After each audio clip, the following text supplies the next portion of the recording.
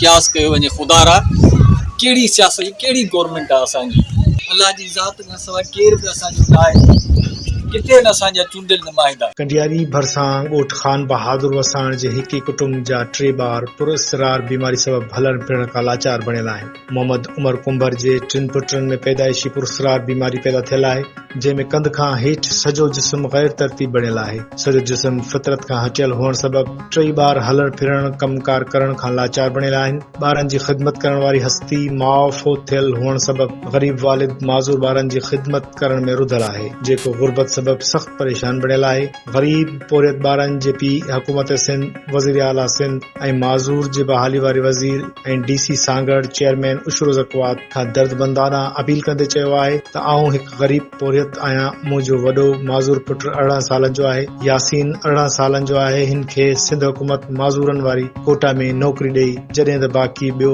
पुटु अबूबकर जेको 16 सालनि जो आहे ऐं टियों पुटु यासिर जेको 11 सालनि जो आहे। इन्हनि जी किफ़ालत सिंध हुकूमत ऐं ज़िले सांगड़ जी उशरो ज़कवात जो चेयरमैन कनि त जीअं मूं ग़रीब जी परेशानी ख़तम थी सघे। मोहम्मद उमर कुंभर रोइण हारको थी ज़िले ज़कवात चेयरमैन खे अदब जा हथ वधी अर्ज़ कयो त खुदारा मूं ग़रीब जी माज़ूर पुटनि जी सहायता कई वञे त जीअं सॼी ज़िंदगी दुआ गो रहंदुसि। MNA अली शादिया ता मरी के असांजो बिलावल भुट्टो ज़रदारी साहब, असांजो हल्के जो MP अली मोहतरम अली हसन हिंगोर जो साहब, खुदारा हिननि ॿारनि जी माली सपोर्ट कई वञे, हिननि जी मदद कई वञे। हिननि जी वालदा बि मुंहिंजी जान छॾे चुकी आहे। ऐं हिकिड़ो मिस्कीन पीउ आहियां, हिन जो न मज़ूरी आऊं करे सघां थो, न हिननि खे आऊं कुझु खाराए सघां थो, न मुंहिंजे घर में का शइ आहे। ऐं तमामु माना जेके हींअर तमामु किफ़ालत जिगरी ऐं हालत में माना हिते ऐं हुननि जे दर्दमंदाना वांगुरु अपील पियो कयां अव्हां जे साम्हूं त खुदारा हिननि ते रहम कयो। एतिरो वज़ीफ़ो मुक़ररु कयो वञे जो हिननि ॿारनि जो इलाज आहे, मुआवजा जेका शइ हिननि जी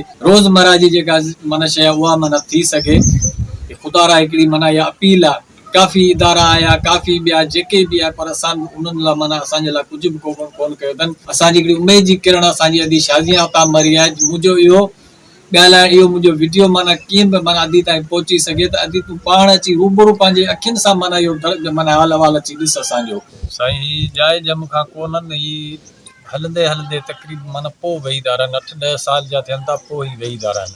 अच्छा, वेही था रहनि। हिननि जो जिस्म जो का बि आज़ा जेको आहे न, उहो जिस्म जो आज़ा हिननि जो कमु नथो करे। ही अहिड़े हाणे अव्हां हिते रूबरू हिननि जे जिस्म जो वर्क बि हिन जो ॾिसी सघो था।